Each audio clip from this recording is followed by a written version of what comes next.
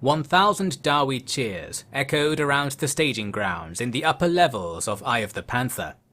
Oldor directed them towards the runestone archway at the far end of the tall, empty cave. Its fiery blue lights sparkled in the steel skirts of the thumping legionaries as they passed out into the endless underway. At the opposite end of the cave, Oldor waved his goodbyes to Khazran. Khazran steadily waved back from a tower carved into the stone where the cave bent around and funneled into the outskirts of the Karak. Beside Oldor, Story was eager to have a private ear, and got it as soon as the legion was on its way through the dim tunnels. "I am most eager to hear how all this cavorting with the fleshless Umgi is going to serve your project, Lord," Story asked, unable to contain his cynicism. "I've more than one project," Oldor replied. "I don't know whether to be worried." "Nor I, Thane. Nor I." "You wish to speak about it?" "Can't. You'll see, in the end. Just taking precautions." "I don't know how to interpret that. Even the most simple lens would reveal no precaution in inviting undead monsters to our very vaults." "Subtlety, Story. The true philosophy of fine crafts. Besides, you can't explain Al-Haik like it didn't pay for itself." "It's more the subtleties around those arguments that I fear render it empty. Yet fear is all it is, Lord. I suppose there is joy for your unnatural understanding there in that miserable castle." Story was right. As he spoke, there was a ruckus at Al-Haik's gates, stirred up by a resurgence of vampirism. A few hundred humans and hounds were swaying about beneath the sun, with a well-dressed vampire at their head, demanding something to drink from the townspeople. Blood was going to be spilt, one way or another. That is, until a single shambling fellow approached up the road from behind. With a grubby golden headdress, linen wraps frayed almost to pieces, and an axe-scarred staff that supported him through his limping gait, this ancient mummy came unsolicited to the vampire picket. At first, the zombies and skeletons came at him with fists and pilfered tools, but they relented quickly, as if by instinct. The indignant vampire leading the bunch shouted for the interloper to be torn to shreds. His thralls did not heed him. Indeed, what creature of dark animation could dare harm a beacon of primal necromancy such as Tomb King Ramecht? It was the same Lord of Death who had seen the orcs scattered from the walls weeks prior. Now, with a wave of his hand, all the servants of the upstart vampire turned on their heels and marched off into the desert, Ramecht at their head.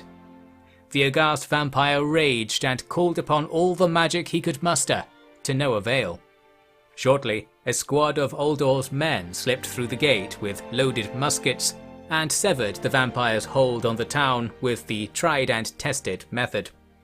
It must have crossed their mind, though, that seeing the Tomb Kings empowered by the rising tides of magic couldn't always be relied upon to serve Dawi needs.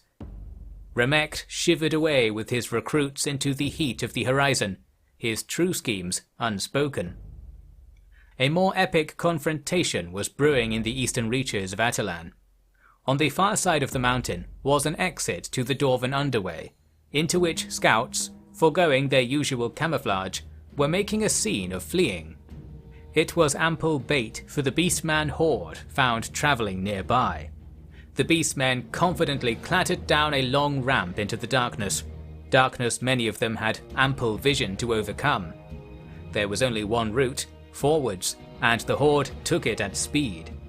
Within a few minutes they came upon a way station built into the side of the tunnel, in front of which was arrayed a line of dwarfs from wall to wall. Suddenly the explosions of landing cannonballs tore apart tightly packed beasts, followed swiftly by the resonating boom of Oldor's artillery bouncing down the passage. With an equally loud roar, the horde ran at the legion in their path.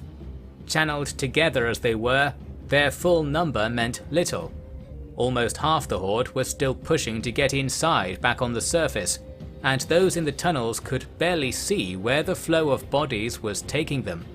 The constant crackling of musketry provided some hint, though. At the front, the beasts collided with a metal shield wall, backed by 10 ranks of brace Dawi.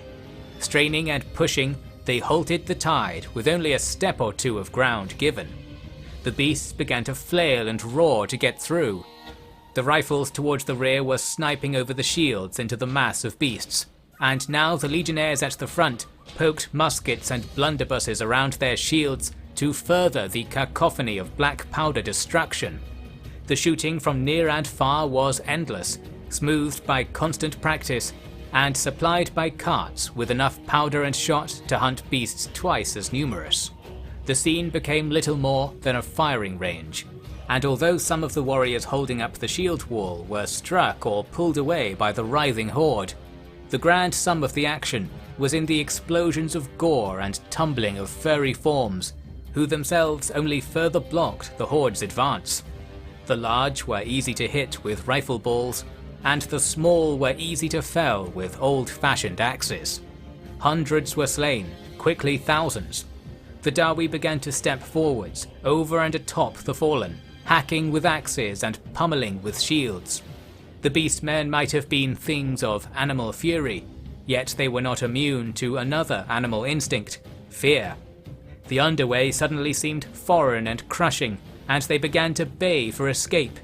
Oldor looked on, as unexcited in victory as he had been calm in waiting. As soon as more beasts were pushing away than forward, the mass of the horde started to flow back towards the curving ramp to the surface. The Dawi calmly pursued, although couldn't hope to catch their galloping prey. Some thousands at least escaped the underway, and gathered in the nearby desert, huddling around the largest of their number, who was hence the leader. The legion came from the underway and engaged again, still far from being out of powder, thanks to Oldor's obsessive logistical efforts. 2,000 more beasts were slain in the bombardment and brief melee. The remainder scattered in all directions, where the desert would not be kind to them. To Story, the whole affair had been far too easy. To Oldor and Khazran, such thoughts were masked by the pride in their creations. The Legion made battles as sure as clockwork, only much louder. Story, though, had the last grumble. News waited for them at Eye of the Panther. The horde just crushed was perhaps half of the full war host rampaging across Araby. Somewhere it had split, and part made the journey to the coast. There they had clambered on each other's bodies to vault the walls of Al-Haik, and with brute strength torn open the gates to the castle. There had been no survivors. That this event happened was only reported after travellers came upon the slumped-over ruins of the castle, ringed by the flat, ashen town. The Beastmen were already gone. The nourishment of Al-Haik would drive them fast and far. There was but one saving grace for Atalan. With the northern reaches already consumed, and all of northwest Araby withered to wastes, there came a minor mercy in form of it being someone else's turn to face death. With nowhere to refuel gyrocopters in the region, scouting efforts were reduced to ears on the ground. Nothing much was heard, and the horde disappeared into the dead silence of the north. Even if they had gone far away, there was real trouble to be had right in the heart of Atalan.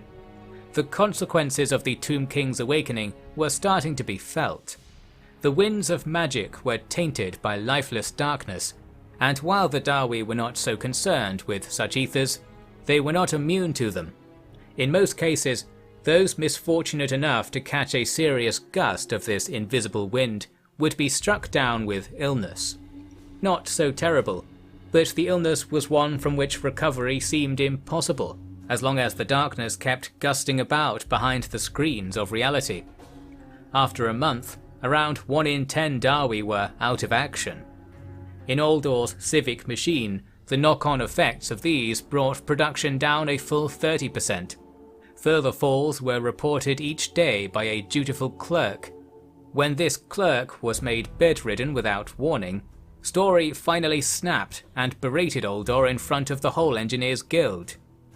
"It was always going to be this way, and you hardly need scan but the latest records to know of it.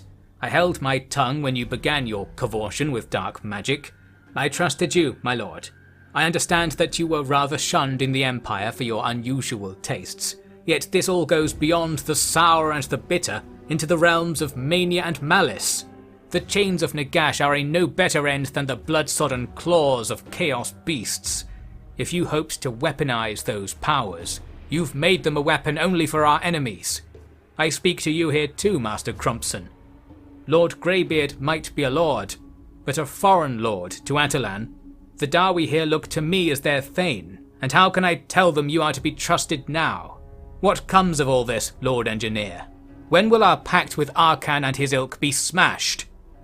There was some corroboratory grumbling in the hall, mixed with smug shakes of the beard. Oldor stood and said, "The pact shall be honoured." There was grumbling more substantial than before. Oldor waited for it to fade, then carried on with the same breath he had paused. "King Arkan has a request for us, lads. He wishes that we march to defeat his rivals. And you know who they are, don't you? The kings of the East, the rulers of the endless deserts. Yes, Thane, we shall be casting off the darkness. We shall march to war to repay the debt we owe the darkness, and to destroy it in the same swoop. And how do I know we're so likely to defeat these ancient creatures? Because the plague wind that afflicts us gives us power too. Isn't that right, Crompson?" Now Kazran took his turn. "It's all true. We've got something special for this one. Blacker than black powder, you could say. There's a bit of magic in it. Now it's nothing to worry about. It makes it explode bigger and carry smaller. Turns a rifle into a miniature cannon, far as we've seen. Sorry to keep you in the dark, as it were, but it's something really special. It's not all bad, you know. If you hate magic, give it a go, because nothing rids the world of magic like a little magic." "I trust there's more to your claims than wordplay, Engineer," Story challenged. "You'll see it all in battle," Oldor assured the room. "Besides, you all seem to be under the impression that we're generating the plague wind by our own action. Nay, the winds are the times, lads. These Tomb Kings are rising to meet what's happening to the whole world. We gambled that their rise would save Dawi lives. Creatures of chaos saw us come out the loser there. But harbour no doubts. These Karaks will not be safe until the winds of darkness are purged. We march tomorrow, and we shall not take seat here again until the servants of Nagash are ground back to the dust they were always meant to be." This cheered the room up, although Kazran seemed taken aback. Oldor wasn't one for sharing his plans, his machinations, if you will. Story and Kazran both found themselves wondering just what he intended to do, just as Oldor wanted. At least for the morning to come, the instructions were clear. The Legion marched from Eye of the Panther, heading east towards the Arabian interior, where hidden cities and pyramids of power worked endlessly as the engine of darkness animating the old kingdoms to war. The first target was one demanded of them by their benefactor, Arkan the Black. It was a pyramid complex close to a lodestone of dark magic, known as the Black Tower of Arkan. In ages back, Arkan had called those lands his own. Now Oldor was going to slay the Rakath kings who had taken hold of this valuable source of energy. If Oldor was to be believed, Arkan seemed unlikely to benefit from this as he might have schemed. The Legion, 900 strong, marched out through the same underway tunnels they had defeated the Beastmen horde in just weeks prior. The tunnels were pristine. Everyone thought it good of Oldor to have them cleaned, yet Oldor had no knowledge of what had happened. The truth was that there were places lower than the underway, places in which piles of slain beasts were a feast to be ferried away into deeper warrens. Of this, nothing more need be said for now. After a journey through the eastern deserts, the legions came to a road freshly streaked with chariot tracks and bone prints. Further east, more and more trees were growing beside this road, arising from the darkened sand, despite no drop of rain making it this far from the coast as long as any Arabian could account for. "Is it really over, the experiment, Lord?" Kazran asked Oldor as they marched. "If we win," Oldor said. If we win, it's because of the experiments. You didn't even want me to mix dark powder. I almost didn't tell you about it. Figuring out the runestone rituals was far easier than knowing what you even think of it. I want weapons that will destroy our enemies, and I want to know who my enemies are.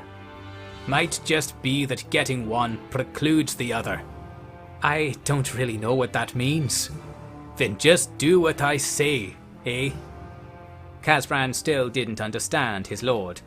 He had other things to think about though, as one King Arahos of the Rakef dynasty had no intention of letting this dwarven column reach his sanctum. Ahead, beside the road, his battle formation of 3,000 skeletons loomed, not waiting for the dwarves to arrive, but actively stomping forward with weapons drawn. In their midst, strange constructs of ancient bronze shimmered in the heat. The topmost layer of the sand started rolling towards them, taken by the intangible vortex of dark magic, centered on the necromancer priests at the host's core. Oldor took his legion off the road and prepared them on the side of a shallow dune. There was not even time to set range markers before the skeletons were so close their collective rattling fell on wincing Dawi ears. It was time for the legion to be tested again. Living Umgi could be bested with shield and shot. What of those already dead?